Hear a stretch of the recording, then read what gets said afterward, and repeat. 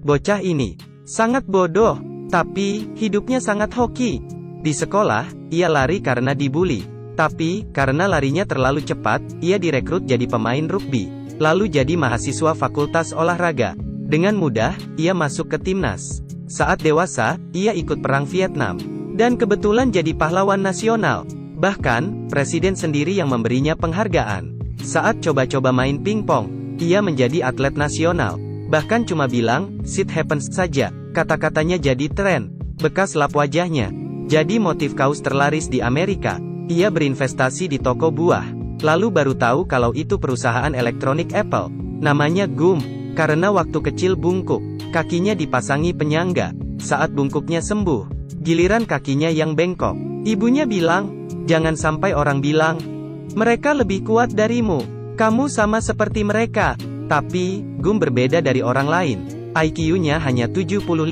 Menurut peraturan sekolah, minimal IQ-nya harus 80 untuk bisa masuk. Tapi, ibunya mengusahakannya. Gum akhirnya sekolah di bus. Semua anak memusuhinya, dan tidak mau duduk dengannya. Hanya seorang gadis bernama Jenny yang menerimanya. Mereka menjadi sahabat. Sejak itu, mereka membaca bersama, melihat bintang, bahkan tidur bersama. Suatu hari, beberapa anak membuli Gum. Jenny menyuruhnya lari. Siapa sangka, Gum lari secepat kilat, sampai penyangga kakinya patah. Ia merasa lari seperti angin untuk pertama kalinya. Anak-anak yang memusuhinya sampai bengong. Setelah dewasa, di tempat yang sama, dan pembuli yang sama. Tapi, pembuli kini naik mobil. Jenny menyuruh Gum lari lagi. Gum lari ke lapangan rugby di sekolah. Pelatih rugby melihatnya karena larinya sangat cepat. Gum direkrut jadi mahasiswa olahraga, dan jadi atlet rugby kebanggaan sekolah. Lalu, ia jadi atlet timnas. Bahkan, ia bertemu Presiden Kennedy. Setelah main rugby selama 5 tahun, ia lulus dari universitas. Lalu, ia menjadi tentara. Ia mendaftar di BAS. Ia berkenalan dengan teman baru. Namanya Buba. Buba bilang nenek moyangnya adalah penangkap udang. Ia bermimpi ingin punya kapal penangkap udang sendiri. Di markas, pelatih bertanya, "Kenapa kamu di sini?" "Aku di sini untuk menuruti perintahmu." Pelatih sangat puas dengan jawabannya. "Kamu sangat jenius, IQ-mu pasti 160. Hidup tentara sangat prihatin." Tapi, Gum santai saja. Ia fokus pada perintah, dan tidak mau memikirkan yang lain. Saat disuruh merakit senapan dengan cepat, Gum melakukannya sangat cepat, sampai memecahkan rekor. Di tengah malam, ia kangen ibunya dan Jenny. Saat itu, Jenny sedang bernyanyi di bar. Gum pergi melihat Jenny saat libur. Ia melihat Jenny dikerjai seorang pria. Gum langsung meninjunya. Ternyata, selama ini, Jenny tidak bahagia. Ibunya meninggal, dan bapaknya mesum. Jenny dewasa lebih awal. Gum menyatakan cintanya. Tapi, Jenny merasa tidak pantas untuk Gum. Ia mengusir Gum. Sebelum pergi, Gum bilang ia mau ke Vietnam. Jenny paham. Gum mau pergi perang, dan cuma mau pamit. Jenny bilang, kalau terjadi sesuatu, jangan berontak, langsung lari.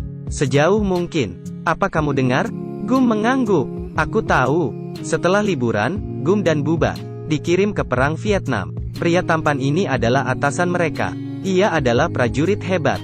Beberapa hari berikutnya, kerjaan mereka hanya berjalan dan memotong rumput. Suatu hari, hujan lebat turun. Sekalinya hujan 4 bulan. Setiap hari, mereka berendam dan tidur di air.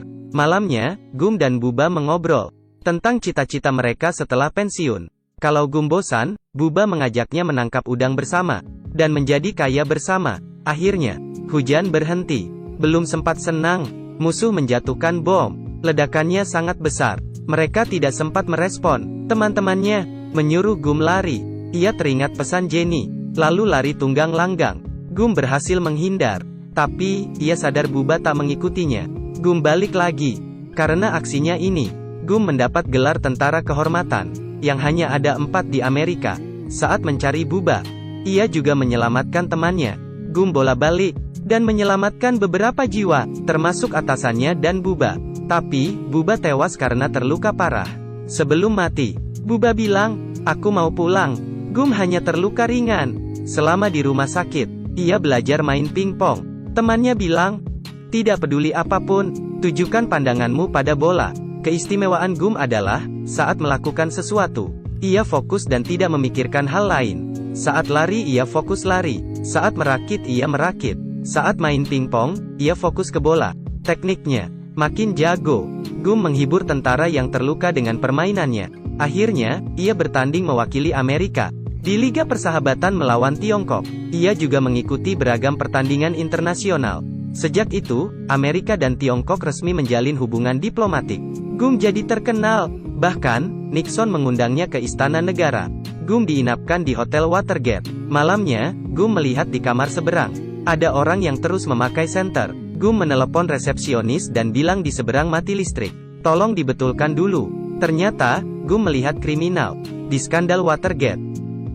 Gum lalu membeli perahu nelayan yang ia beri nama Jenny. Gum menulis surat pada atasannya dan mengundangnya bergabung. Mereka menjadi nelayan, tapi mereka hanya menangkap rongsokan, sampah, kaleng, dan sepatu bekas. Seekor udang pun tidak ada. Hingga suatu hari, ada hujan badai. Semua kapal udang di sana rusak. Hanya kapal Gum yang dipenuhi udang tanpa usaha sama sekali. Usaha mereka berkembang, dari satu kapal jadi 12 kapal. Akhirnya, mereka buka perusahaan penangkap udang. Atasannya berterima kasih pada Gum karena telah menyelamatkannya. Gum mempercayakan perusahaannya pada atasannya dan pulang menemani ibunya yang sakit hingga ia meninggal dunia. Atasannya membantunya menginvestasikan uangnya yang Gum kira adalah perusahaan buah. Ternyata mereka berinvestasi di Apple. Gum jadi kaya raya. Ia memberi orang tua Buba sebagian sahamnya, lalu menyumbang gereja karena ibunya bilang uang itu yang penting cukup. Sisanya cuma buat pamer. Gum juga memotong rumput di ladang tetangganya secara gratis. Malamnya, ia kangen Jenny. Suatu hari Jenny muncul. Gum tak pernah merasa sebahagia ini. Mereka jalan-jalan dan mengobrol. Gum ingin melamarnya. Meski aku tak pintar, tapi aku tahu apa itu cinta. Tapi, Jenny menolaknya. Jenny diam saja. Tapi, malam ini Jenny masuk ke kamar Gum. Gum, aku juga mencintaimu. Esoknya, Jenny pergi. Ia masih galau. Setelah Jenny pergi, Gum stres. Ia memutuskan untuk lari melepas stres. Ia lari hingga ujung jalan tol, lalu ke pinggir kota. Lalu, ia lari hingga Alabama. Ia mengitari Samudera Pasifik, dari ujung satu ke ujung lain. Setelah lelah ia tidur. Kalau lapar, ia makan. Gum lari selama 3 tahun. Banyak orang yang memperhatikannya. Media mewawancarainya. Bahkan, ia mendapat pengikut. Mereka terinspirasi oleh tekad Gum yang tidak ada matinya, seperti membawa harapan. Seorang pengusaha stiker bertanya slogan hidupnya. Tanpa pikir panjang, Gum bilang, "Shit happens." Pengusaha itu mendapat pencerahan. Stikernya laris. Lalu, ada pengusaha kaos yang nyaris bangkrut. Ia minta bantuan Gum. Tiba-tiba, mereka kecipratan lumpur karena ada mobil lewat. Gum mengelap wajahnya dengan kaos itu, dan akhirnya menjadi emot smile yang mendunia. Di rumah, Gum mendapat surat dari Jenny. Jenny ingin menemuinya di savana. Saat melihat Jenny, ia sudah banyak berubah. Jenny sudah matang, dan tidak labil lagi. Gum tak mengira, Jenny punya anak darinya hasil malam itu. Anaknya sangat sehat dan pintar.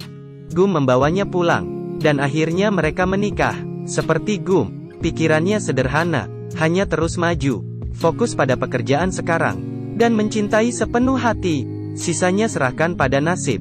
Percayalah, Tuhan tak akan mengkhianati orang yang berusaha.